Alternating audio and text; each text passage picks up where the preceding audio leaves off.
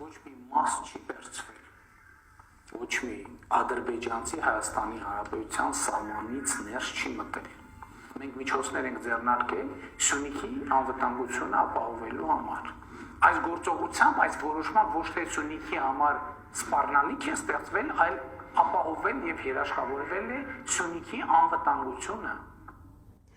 Հենց այսպես է պատկերացնում Փաշինյանը մեր անվտանգությունը։ Տեսակ չէ, ադրբեջանական դրոշները ցցված մեր տարածքում։ Սա Փաշինյանի վարած քաղաքականության հետևանքն է եւ Փաշինյանն է բացել Սյունիքի դարպասները։ Փոքրիկ խմբակի անդամները, որոնց օրոք թշնամին մտել է մեր տարածք, տնավորվել, հիմա տեսանյութեր են նկարում, հարցադրում անում, թե բա ուր են 300,000 ադրբեջանցիները, որի մասին մենք տևական ժամանակ է ահազանգում ենք։ Նախ, մինչև այս հարցին անդրադառնալը հարց ես ունեմ։ Այդ ձեր իշխանությունը չէր, որ ադրբեջանցիներին բերեց տեղցիների, արավոստցիների, խնածաղցիների քթի տակ։ Այդ ձեր իշխանության օրոք չէր, որ հանձնվեց Շուրնուխի 10-ից ավելի տուն ու հայերի տների վրա մխվեց ադրբեջանական դրոշներ։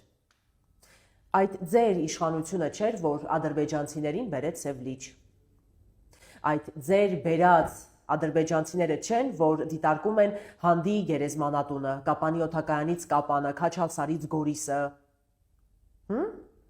Դուք ՔՊԱ-ականներ ապացուցել եք, որ անվտանգություն ապահովել ասելով հասկանում եք ադրբեջանցիների ներկայություն։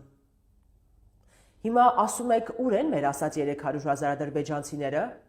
Այդ ադրբեջանցիները շուտով ձեր խաղաղության, ճակերտավոր խաղաղության դիմաց կպահանջեն վերադարձ, որպես մարդասիրական քայլ, հետո այդպես արդեն դպրոց, ադրբեջանական մզկիթներ կպահանջեն, ասեմ, փուլ առ փուլ գալու են ու ներսից փոխելու են մեր իրականությունը։ Ընտրություններից հետո իդեպ առաջին եկողը Հաջիևն էր։ Եվ ընդհանրապես, եթե համարձակություն ունեք, պաշտոնապես, հանրային կերպով հայտարարեք, որ ադրբեջանցի պաշտոնյաները ստում են։